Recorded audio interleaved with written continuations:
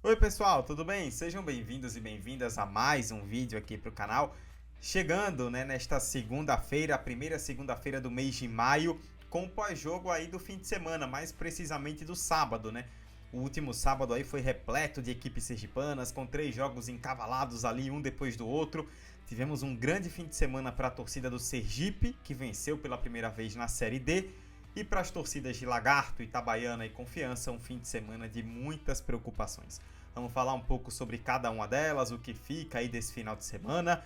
E antes disso, eu peço, como sempre, para você que está chegando agora no canal, conhecendo aqui os nossos trabalhos de análises envolvendo as equipes do futebol sergipano, que se inscreva, que ative o sininho para receber notificação de novos vídeos e, claro, para você, chegando agora ou não, que deixe o like para fazer com que esse vídeo se espalhe sempre a mais pessoas.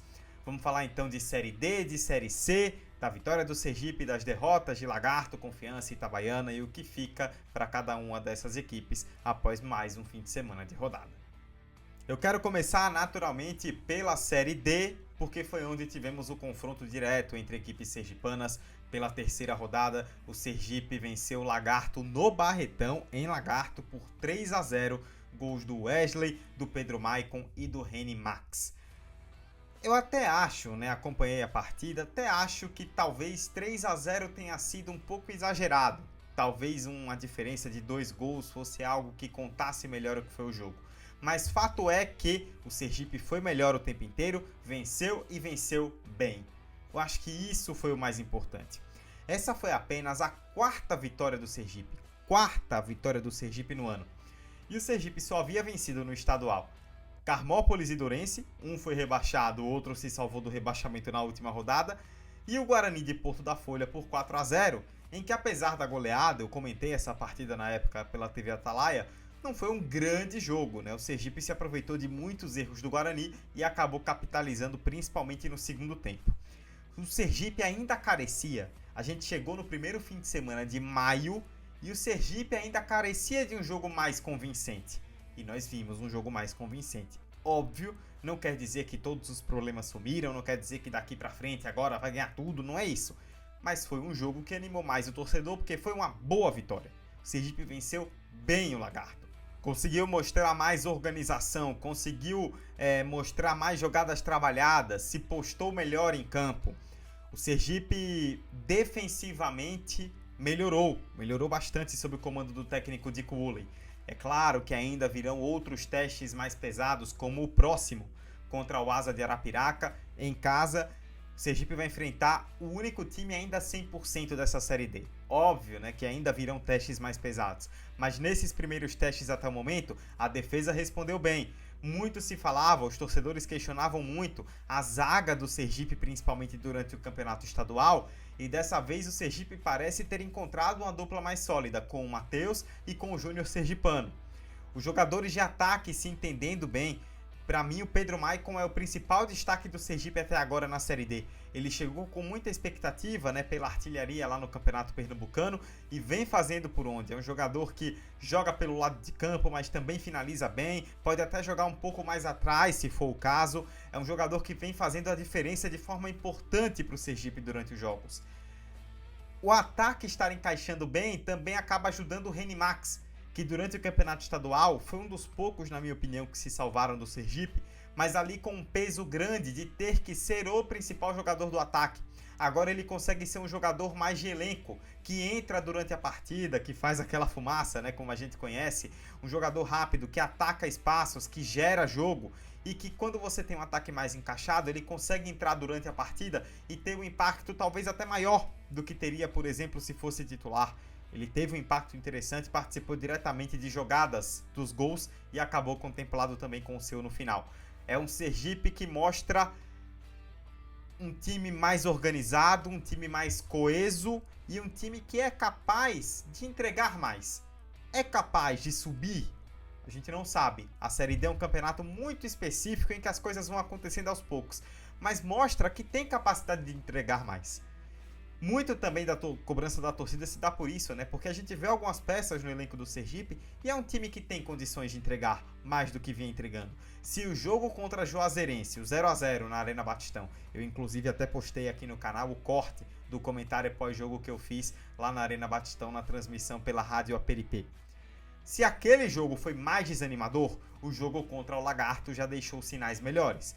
Por isso também eu digo, não dá para cravar com 3 rodadas o que vai ser. O primeiro jogo contra o Jequié, apesar da derrota, foi o jogo em que o Sergipe não foi tão mal. Depois foi mal contra a Juazeirense e agora já foi muito bem contra o Lagarto. É importante você controlar essas oscilações, porque o Sergipe mostrou que é capaz de, em partidas específicas, entregar desempenho. Mas ele é capaz de fazer isso de maneira constante, contra vários adversários em sequência? Esse é o grande ponto. Eu acho que nesse sentido o jogo contra o Asa vai ser um grande termômetro, porque joga em casa, com apoio da torcida, assim espero que a torcida compareça, e contra um time muito forte, a equipe mais forte do grupo até agora. Esse é o grande teste para a gente medir em que nível está o Sergipe. Mas o Sergipe mostrou bons predicados, mostrou bons valores no jogo contra o Lagarto, que acho que merecem sim ser valorizados. O Sergipe mostrou virtudes, mostrou-se mais organizado. Eu citei, por exemplo, a questão da defesa agora há pouco. O Sergipe levou 1 gol em 3 jogos na Série D. Para um time que vinha levando gol a rodo no Campeonato Sergipano, 1 gol sofrido em 3 jogos, em que se pesem contextos das partidas, já é um número bem mais interessante. Um ataque que conseguiu ser mais produtivo contra um grande adversário. Vamos ver até que ponto o Sergipe carrega isso, mas é um time que deixa bons sinais. Pensando no Lagarto, esse jogo não sei se foi um choque de realidade, porque a gente só vai saber disso depois, né? Não tem como prever. Mas foi um jogo que já deixou alguns sinais negativos. Em que se pese, eu até comentei aqui depois da primeira rodada. O Lagarto venceu, foi bem contra o União, mas acabou correndo um risco desnecessário no final. Levou um gol e poderia ter sofrido empate.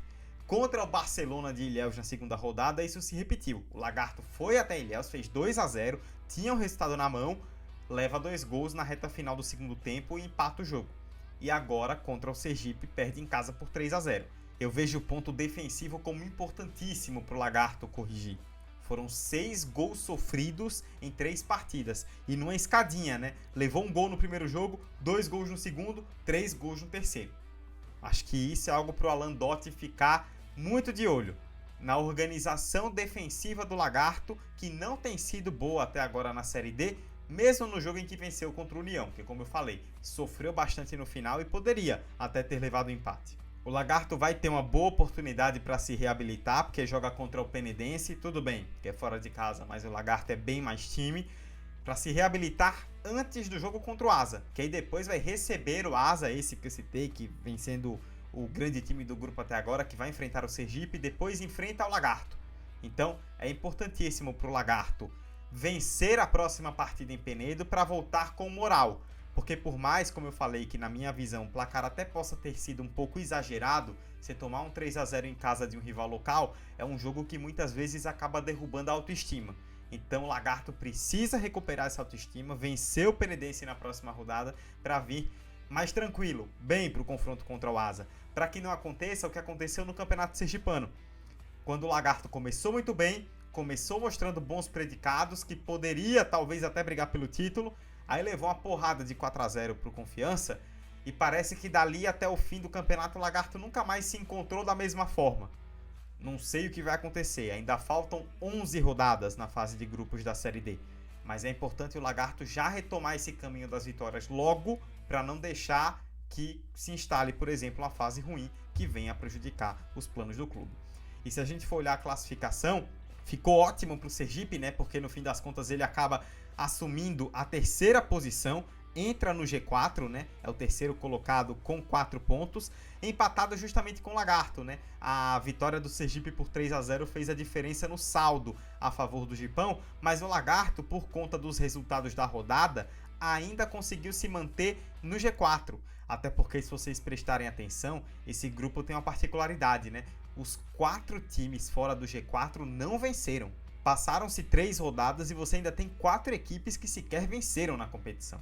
Então essa discrepância está sendo um pouco complicada. Mas o Lagarto, apesar dos pesares, apesar dessa derrota dura, ainda conseguiu se manter no G4. Os dois times têm desafios importantíssimos contra os alagoanos no próximo final de semana e precisam mais do que nunca da vitória. Vamos falar um pouquinho também de Série C, porque tivemos no sábado as derrotas dos sergipanos. O Confiança foi até Maringá, perdeu para o Maringá por 3-2, e o Itabaiana foi até Tombos e perdeu para Tombense por 2-0. O Confiança acho que acabou tendo a derrota mais chamativa, né? Era a estreia de Luizinho Vieira, depois de tudo que aconteceu, da demissão de Vaguinho Dias, algumas falas aí dele durante a semana que na minha opinião foram mal interpretadas, mas não é o mérito disso aqui. E esperava-se muito do que seria a postura do Confiança sob Luizinho Vieira. A gente viu um Confiança bem postado no primeiro tempo, apostando em uma formação diferente, né? Era uma espécie de 4-2-2-2, né? Se a gente pode chamar assim. Um 4-4-2 com um quadrado no meio campo, né? Com o Fábio e o Dionísio mais atrás, com o Luiz Otávio e o Giovani um pouco mais à frente, e o Camarão e o Brenner formando uma espécie de dupla de ataque ali, né? Com o Camarão caindo mais pela direita, o Brenner Camilo pela esquerda. E pra mim, esse esquema acabou potencializando principalmente o Dionísio, que fez um jogo muito bom na minha avaliação, foi o melhor do Confiança em campo, e deu uma solidez ao meio campo do Confiança que ele não tinha desde quando o André Lima saiu. Eu até destaquei no meu vídeo passado, né, falando de algumas questões técnicas, que o meio campo do Confiança era ainda uma grande dificuldade há algum tempo, e o meio campo se encaixou bem. O time fez 1-0 cedo num belo gol do Valdir Júnior. Teve um jogador a mais durante muito tempo com a expulsão do Buga, né, fazendo uma falta ali em direção ao gol, justamente em cima do Dionísio. Se você for pensar em acréscimos também do jogo, a partida teve um total de 98 minutos. O Confiança jogou 75 com um a mais. Mas aí acabou concedendo, né, o empate, depois outro empate e aí a virada, com a grande contribuição, infelizmente, né, do goleiro Rafael Mariano, que falhou nos dois primeiros gols do Maringá. O primeiro é uma falha clara, né, quando ele deixa a bola escapar ali, quando sai para interceptar um cruzamento. E depois o segundo gol, né, em que o Moraes chuta uma bola que parecia bem defensável e ele larga na pequena área para o Tito fazer o gol de empate. E também tem um erro defensivo no gol da virada, né, do Maringá, principalmente do Alan Cardoso, né, que tinha entrado um minuto antes. E aí, num erro de posicionamento, deixa o Bruno Cheirão em condição legal, ele parte completamente livre no lançamento vindo de trás e sai na cara do gol, finaliza, faz o terceiro gol. Um erro de posicionamento de um jogador que havia acabado de entrar, né? Uma desatenção completa ali que acaba cedendo a virada ao Maringá. É óbvio que o torcedor vai pegar mais no pé do Rafael Mariano por conta dos erros, né? Mas, como eu falei, o Confiança jogou 75 minutos com um jogador a mais. E não conseguiu impor isso dentro de campo, né? O Confiança não conseguiu ser superior ao Maringá. Ele, curiosamente, né, eu até destaquei isso durante a partida, era superior até o momento da expulsão. Depois, ali de um tempo, o Maringá começa a se encontrar, o jogo vai ficando mais igual. E no segundo tempo, é bem verdade que sai o gol cedo ali do Dionísio, mas depois, durante todo o tempo, o Maringá foi superior. De forma geral, foi uma vitória merecida do Maringá. Eu até puxei as estatísticas do 365 Scores, que é um aplicativo que, para quem acompanha o canal, eu sempre uso aqui. O Maringá teve mais posse de bola, teve mais ações de ataque e deu 25 finalizações somadas contra 10 do Confiança. Ou seja, o Maringá, por 75 minutos com um a menos, teve mais posse de bola, esteve mais no ataque e finalizou 25 vezes contra 10 do seu rival. Uma postura que não condiz com o que você imagina do que poderia ser o jogo. É claro, né, o jogo fora de casa contra o Maringá, a estreia do Luizinho Vieira, era um contexto muito difícil. Mas pela forma como o jogo acabou se colocando, daria para o Confiança ter voltado com pelo menos um ponto. Acabou não sendo o caso. Luizinho tem muito a corrigir e já num jogo importantíssimo fora de casa que vem aí contra o Náutico, né, que é um confronto direto ali, considerando que os dois começaram mal. Um pouco mais acima do Confiança temos o Itabaiana, que perdeu para Tombense por 2-0. E eu acho que o ponto principal aqui é a desatenção defensiva. De novo, mais uma vez, o Itabaiana toma gol muito cedo e isso condiciona diretamente a dinâmica do jogo. Se a gente for puxar nos últimos jogos, o Itabaiana, no primeiro jogo da final do estadual, saiu perdendo com 3 minutos. No segundo jogo da final do estadual, leva um gol de pênalti aos 3 minutos do segundo tempo, depois de igualar o agregado contra o Confiança no primeiro tempo. Aí vamos para a Série C. Venceu o Náutico, depois perdeu para o Ipiranga. levou 1-0, o jogo foi 3-2, levou 1-0 com 11 minutos. Contra o São Bernardo, que perdeu por 1-0, levou o gol aos 8 minutos. E agora contra a Tombense, com menos de 1 minuto, numa saída de jogo em que o Itabaiana tinha a bola, ele perde a posse e concede o gol. O Anderson Ligeiro faz 1-0 para a Tombense com menos de 1 minuto.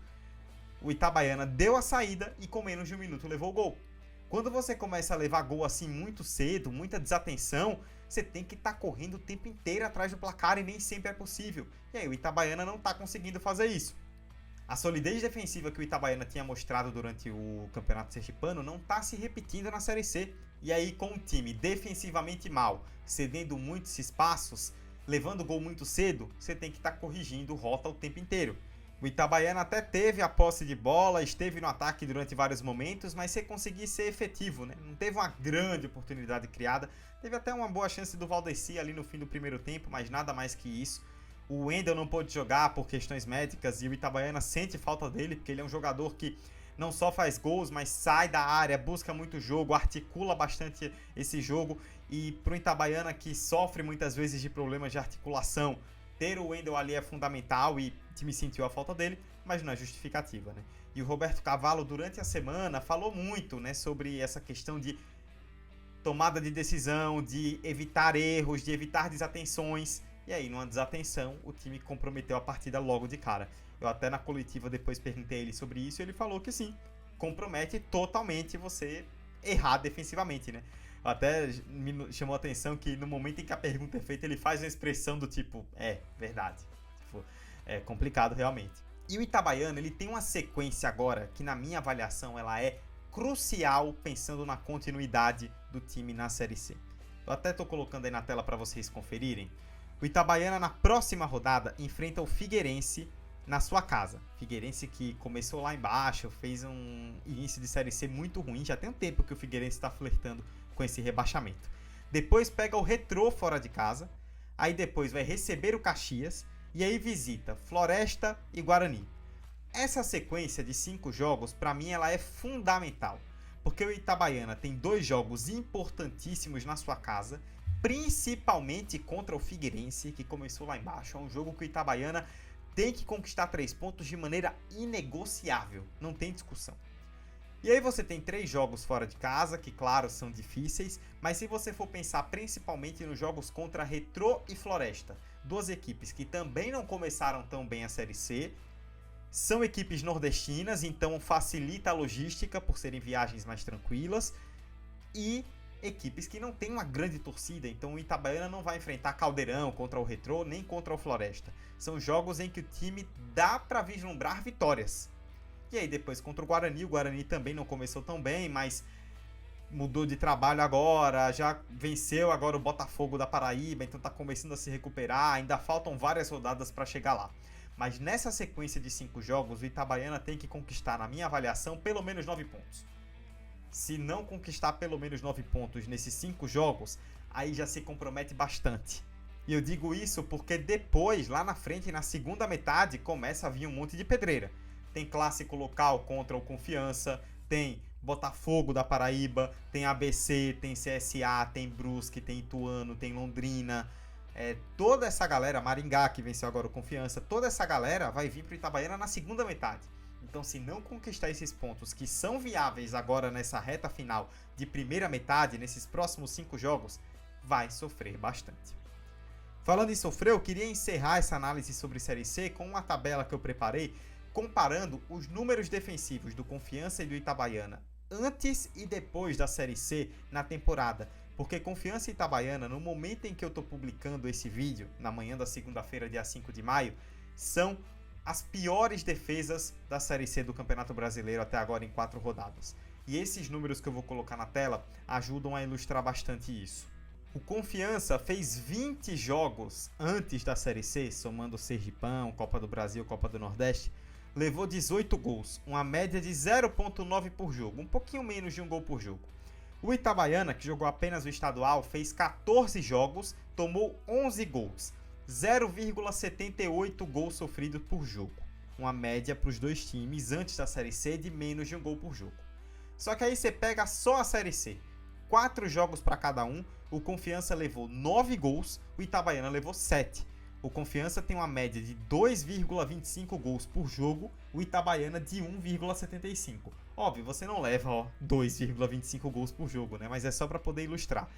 A média de gols sofridos pelo Confiança antes e depois da Série C, no comparativo, teve um salto de quase 1,5. E do Itabaiana teve um salto de quase 1. Ou seja, os dois times estão levando muito mais gol do que levavam antes da Série C. E a quebra dessa solidez defensiva tem sido crucial para que Confiança e Itabaiana não tenham começado tão bem até agora. São os pontos principais que Luizinho Vieira e Roberto Cavalo precisam corrigir para os times se encaixarem daqui para frente. É isso, pessoal. Eu sei que foi uma análise mais extensa, passando por muita coisa, mas eu quis trazer os pontos envolvendo as 4 equipes sergipanas e alguns números, dados também, para poder ilustrar muito do que foi colocado aqui. Desde já, mais uma vez, agradeço pela audiência, pelo carinho de vocês, por estarem sempre aqui acompanhando o canal. Os números têm sido bastante positivos. Para você que está chegando agora, né, se inscreva no canal, ative o sininho para receber notificações e, claro, deixe o like sempre para que esse vídeo se espalhe a mais pessoas. Mande o vídeo para quem você conhece, para quem gosta, para quem gostaria de análise sobre o futebol sergipano. Estamos sempre com esse trabalho por aqui. Vamos acompanhar então, né? O fim de semana tem jogos importantes, né? No sábado e na segunda-feira com Série C e com Série D. E a gente vai estar acompanhando toda a repercussão e fazendo análises por aqui. Muito obrigado mais uma vez pela audiência e até a próxima. Valeu!